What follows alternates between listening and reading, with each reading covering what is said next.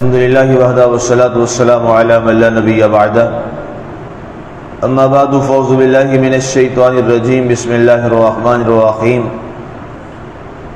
وضرب الله مثلا للذين آمنوا امرأة فرعون إذ قالت رب ابن لي عندك بيتا في الجنة ونجني من فرعون وعمله ونجني من القوم الظالمين۔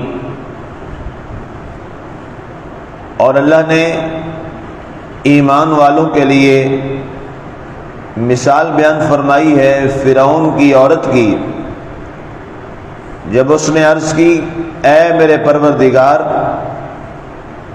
میرے لیے اپنے پاس جنت میں ایک گھر بنا اور مجھے فرعون اور اس کے کرتوتوں سے نجات عطا فرما اور ظالم لوگوں سے بھی مجھے خلاصی عطا فرما۔ آج ہماری سورہ تحریم کی آیہ مبارکہ نمبر 11 کی تلاوت و ترجمہ کا شرف نصیب ہوا۔ سامعین، کل کی آیہ مبارکہ میں اللہ تعالیٰ نے ارشاد فرمایا کہ ضرب اللہ مثلا للذین کفروا امرأۃ نوح، کہ اللہ تعالیٰ نے کافروں کے لیے نوح علیہ السلام اور لوط علیہ السلام کی بیویوں کی مثال بیان کی، اور آج کی آیہ مبارکہ میں اس کے برعکس مثال اللہ نے بیان فرمائی۔ اللہ فرماتا ہے ہم ایمان والوں کے لیے فرعون کی بیوی کی مثال بیان کرتے ہیں، یعنی بالکل اس کے برعکس ہے کہ وہاں کافروں کے لیے 2 نبیوں کی بیوی کی بات اور مثال، اور اب ایمان والوں کے لیے ایک کافر اعظم کی بیوی کی مثال۔ دنیا کے اندر سب سے بڑا کافر، سب سے بڑا مشرک، جس نے اپنے لیے نعوذ باللہ خدائی کا دعویٰ کر دیا اور اپنے آپ کو خدا کہہ کے سجدہ کروایا لوگوں سے، اس کی بیوی کی مثال اللہ تعالیٰ ہم ایمان والوں سے بیان فرما رہا ہے، اور ارشاد فرمایا کہ اے اہل ایمان ذرا فرعون کی بیوی کا حال تو دیکھو، خامن انتہائی ظالم ہے، خامن انتہائی کافر ہے، مشرک ہے، منافق، ساری باتیں اس میں، اللہ کے مقابلے میں اپنی خدائی کا اعلان کر چکا ہے، لیکن اس کی بیوی کا عالم یہ ہے کہ وہ بارگاہ خدا میں کیا عرض کرتی ہے، اذ قالت رب ابنی لی عندک بیتا فی الجنہ، وہ اپنے مالک سے عرض کرتی ہے کہ اے میرے مالک، میرے لیے اپنے پاس جنت میں ایک مجھے گھر عطا فرما دے۔ اب خامد کس حال کا ہے کہ وہ اللہ کا ہی منکر ہے، لیکن اگر ان کی بیوی نے، اس کی بیوی نے نیک عمل کیا، صالح عمل کیا اور اپنے آپ کو پاکیزہ رکھا، تو اللہ تعالیٰ نے یہ نہیں دیکھا کہ یہ بیوی اتنے بڑے کافر کی ہے، بلکہ اللہ نے فرمایا وہ کافر ہے، وہ مشرک ہے، لیکن اس بیوی کا عالم یہ ہے کہ اس نے میری ذات کو وحدہ لا شریک مان کر مجھ سے صدا لگائی ہے اور مجھے پکارا ہے۔ اللہ نے فرعون کو نہیں دیکھا، اللہ نے حضرت آسیہ کی دعا کو دیکھتے ہوئے اللہ تعالیٰ نے ان کی دعا کو قبول فرما لیا۔ یہ ایک بڑا لمحہ فکریہ ہے، اور یہ ایک بڑی انسان کے لیے تسلی والی بات ہے کہ اللہ کا دربار گوہر بار وہ عظیم دربار ہے کہ جہاں اللہ تعالیٰ چھوٹے بڑے یا یہ تعلق یا یہ نسبت ہے یا نہیں ہے اس کو نہیں دیکھ رہا، اللہ یہ دیکھ رہا ہے کہ میرے دربار میں جو آنے والا شخص ہے اس کی میرے ساتھ محبت کتنی، وہ چاہے امیر ہے، چاہے غریب ہے، چاہے وہ مسلمان ہے، چاہے وہ غیر مسلم ہے، اور چاہے وہ غیر مسلم کے گھر میں رہتا ہے، اللہ تعالیٰ اس کو نہیں دیکھ رہا، اللہ اس کی محبت کو دیکھ رہا ہے جو اس کے اپنے دل کے اندر ہے۔ یہ ایک بڑا انعام اور اکرام ہے۔ اس میں وہ حدیث پاک بھی جو امام احمد بن حنبل رضی اللہ تعالیٰ عنہ لائے ہیں اپنی مسند شریف کے اندر، اور بڑی مضبوط اور صحیح روایت ہے اور اس کو علامہ حیثمی نے بھی نقل کیا ہے اور علامہ طبرانی نے بھی اس حدیث کو نقل کیا ہے کہ وہ ایک عیسائی لڑکا، عیسائیوں کے گھر میں رہنے والا، ماں باپ بھی عیسائی ہیں، بہن بھائی بھی عیسائی ہیں، خود بھی عیسائی ہے، لیکن ایک روز آقا کریم علیہ الصلوۃ والسلام، آپ کے اور میرے پیارے نبی اور رسول، ان کا رخ انور دیکھا، ان کا دیدار کیا، تو آقا کے دیدار کے بعد آقا کی محبت ایسی دل میں بیٹھ گئی کہ پھر آقا کی محبت میں تڑپنے لگا۔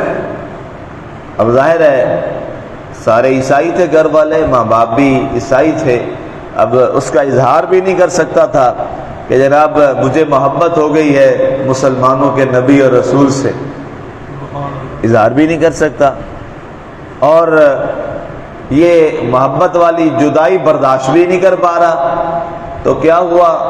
بیمار ہو گیا، بیماری بڑھتی چلی گئی۔ اصل میں بیماری تو جدائی کی تھی، جس رسول اور محبت سے اسے پیار ہو گیا تو اللہ اور اللہ کے رسول نے اس کے پیار کو ٹھکرایا نہیں ہے کہ یہ عیسائیوں کا لڑکا ہے، اللہ اور اللہ کے رسول نے اس کے پیار کی قدر کی اور اسے قبول فرما لی۔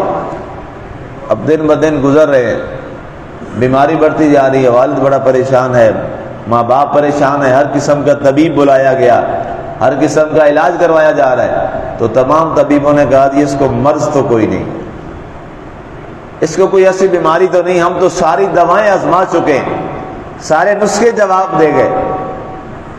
اب آخری اس کی موت کا وقت آ گیا اور اس طرح جسم کا حال ہو گیا، تو باپ نے، ظاہر ہے نوجوان بیٹا تھا، رو پڑا اور کہا بچے، اب تو ڈاکٹروں نے جواب دے دیا، طبیبوں نے، تیری زندگی کے آخری چند لمحات ہیں ہمارے پاس، میں نے تیری جوانی کی بہاریں بھی نہیں دیکھی، اگر تیری کوئی آخری خواہش ہو تو اس کا ذکر کر، میں اس کو پورا کر دوں۔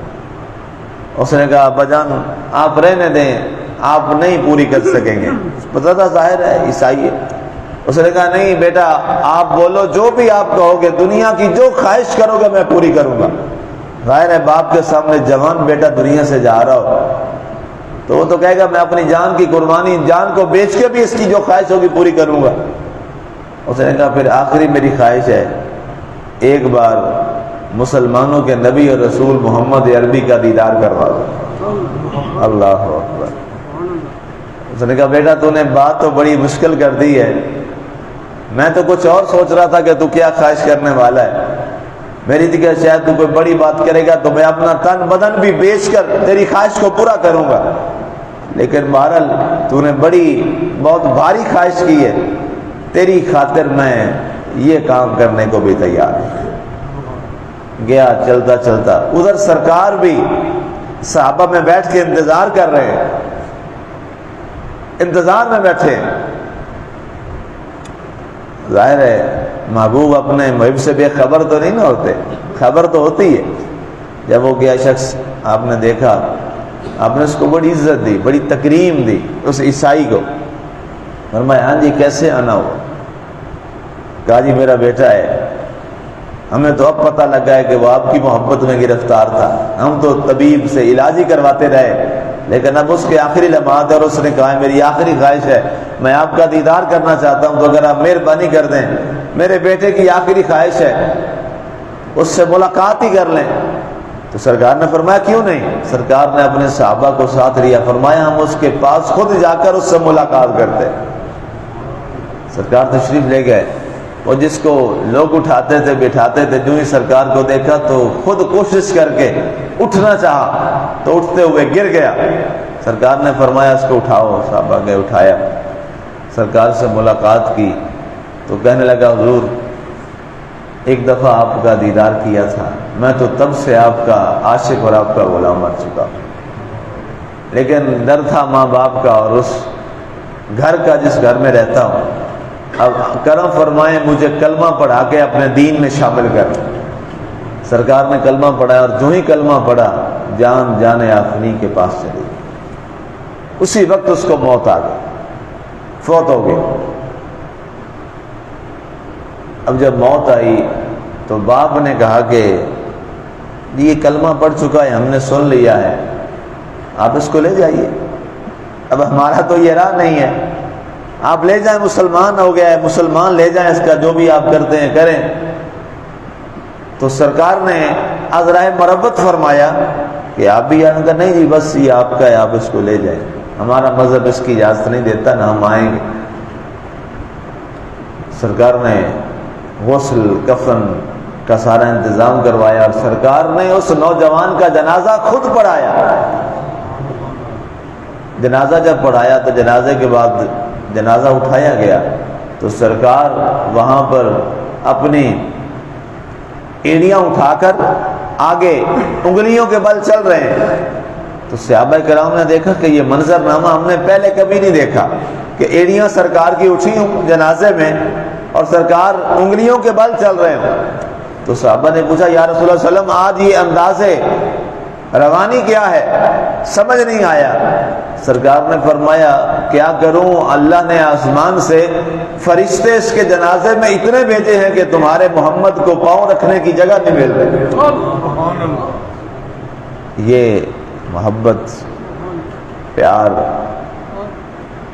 اللہ کا دربار، اللہ کے رسول کا دربار بڑا قدردان ہے، بڑے قدردان ہیں۔ ان کی بارگاہ میں انسان آئے تو صحیح، انسان ان کے بارگاہ میں جا کے جھکے تو صحیح، ان کے ساتھ اپنی محبتوں اور وفاؤں کو نبھائے تو صحیح، اللہ تعالیٰ دنیا میں بھی باوقار کر دیتا ہے، کل حشر میں بھی باوقار فرما دے۔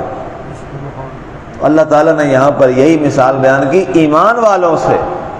ایمان والوں دیکھو خامند کیسا ہے اور اس کے گھر میں رہنے والی بیوی کیسی، اور یہ مثال ہے آج کی عورتوں کے لیے، بڑی مثال ہے۔ اور کل والی آیت میں مردوں کے لیے مثال تھی کہ مردوں کو کیسے بیوی چاہے جیسی بھی ہو، مرد کو کیسا نیک اور صالح ہونا چاہیے کہ نوح علیہ السلام اللہ کے نبی ہیں اور کتنی تبلیغ کی، بیوی کس انداز کی تھی۔ لوط علیہ السلام بیوی کیسی تھی، لیکن اس کے باوجود اللہ کے دین کا کتنا کام کیا۔ اور آج کی مثال میں عورتوں کے لیے مثال ہے، خامند جیسا، جی خامند کی وجہ سے میں یہ نہیں پڑھ پاتی، میں یہ نہیں کر پاتی۔ فرعون سے بڑا تو کوئی متکبر اور ظالم شخص کوئی نہیں تھا کائنات میں، نہ تھا، نہ ہے، نہ ہوگا، لیکن اس کے باوجود کیسی عظیم بیوی بن گئی کہ اللہ تعالیٰ کے نبی صلی اللہ علیہ وسلم نے ارشاد فرمایا جنت میں ظاہر ہے جب عورتیں جائیں گی تو انہیں اپنے خامدوں کے ساتھ ان کی وہاں پہ جو ہے وہ شادی کی جائے گی، اپنے خامدوں کے ساتھ ہوں گے۔ تو ظاہر ہے حضرت آسیہ رضی اللہ تعالیٰ عنہ کا خامد جو ہے وہ تو جنت میں نہیں جائے گا، فرعون وہ تو جہنم میں ہوگا۔ تو پوچھا گیا یا رسول اللہ صلی اللہ علیہ وسلم حضرت آسیہ کی پھر شادی کس کے ساتھ ہوگی، وہ کس کی زوجیت میں جائیں گی؟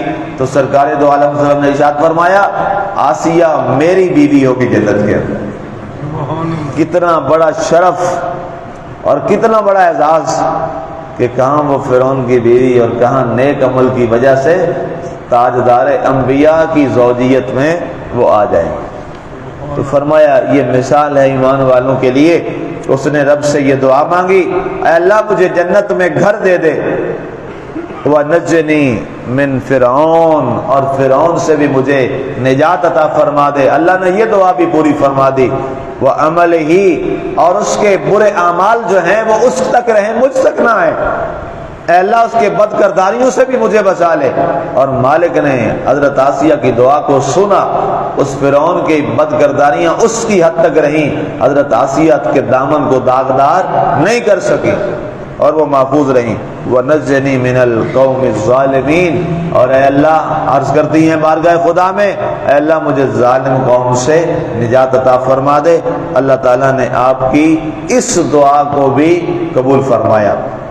اور کل انشاءاللہ ہم ایک تیسری عورت کا ذکر پڑھیں گے کہ جس کا خامد بھی نہیں ہے اور بغیر خامد کے اللہ تعالیٰ نے اس کو صاحب اولاد کیا ہے اور اس نے پھر اپنی زندگی کس انداز میں گزاری اور ان کا کیا مقام تھا۔ اللہ تعالیٰ نے ایک تیسری کیٹیگری ہے، اس کو اللہ نے قرآن میں بیان فرمایا، اس پہ انشاءاللہ کل بات کریں گے۔ اللہ تعالیٰ ہمیں عمل کی توفیق عطا فرمائے، آمین۔ وما علینا الا البلاغ المبین۔